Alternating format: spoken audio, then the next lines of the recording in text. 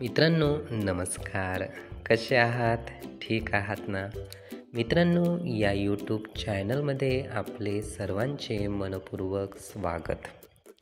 मित्रांनो, आपल्या घरी लहान मुले असतील आणि आपल्याला वाटत असेल की नक्कीच आपले मूल हे खूप डेव्हलप व्हायला पाहिजे, हुशार व्हायला पाहिजे आणि आपण जसे सांगतो तसे ऐकायला पाहिजे.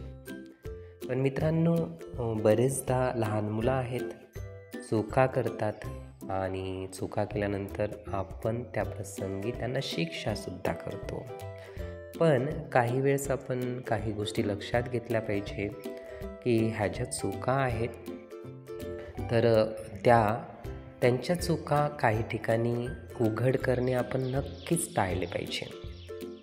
कारण मुलांवर त्याचा खूप वाईट परिणाम होतो.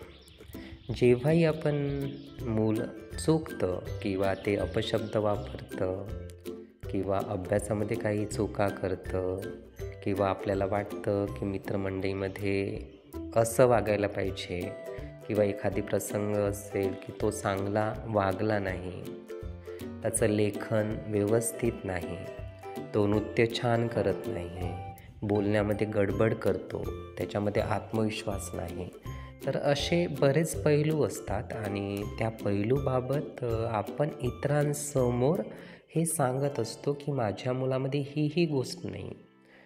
ते मूलसुद्धा उपस्थित असते आणि आपली मित्रमंडळीसुद्धा उपस्थित असतात.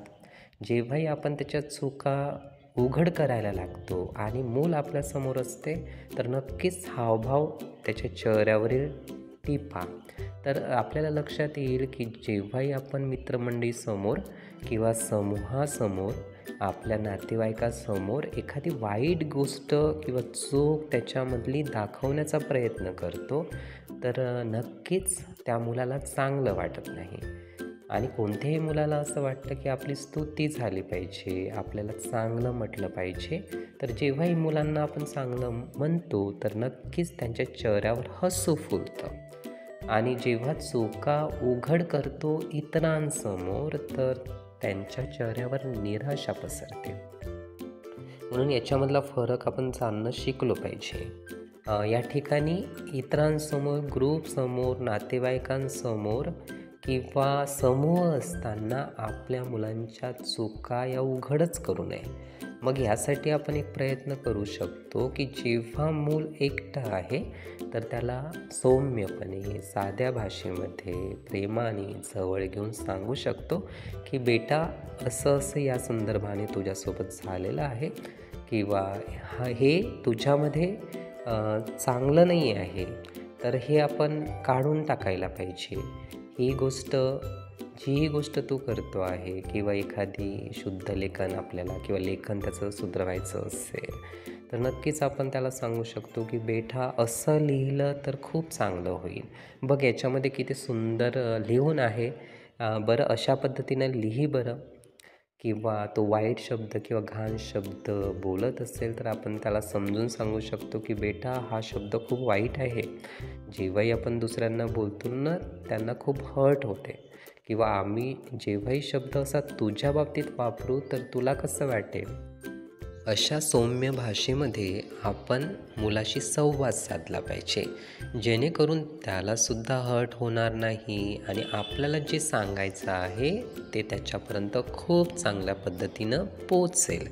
आणि जेव्हाही आपण शांतपणे, नम्रपणे आपण त्याला सुचवतो तर नक्कीच मुलं ते अतिशय चांगल्या पद्धतीने ग्रहण करतात. म्हणून अशा पद्धतीने आपण सुचवणे किंवा त्याला सांगणे हे सहजतेने ठेवले तर नक्कीच आपले मुलं हे चांगले बनतील. तर मित्रांनो, पालकांनो, अशाच पद्धतीने सजगपणे जीवनाला समजून घेणं हे अतिशय आवश्यक आहे. हे विचार, ही माहिती आपण नीटपणे ऐकून घेण्यासाठी आणि आपला अमूल्य वेळ देण्यासाठी आपले खूप खूप धन्यवाद. आपले जीवन खूप सुखी, सुंदर, आनंदी, यशस्वी होण्यासाठी आपल्याला खूप खूप भरभरून शुभेच्छा.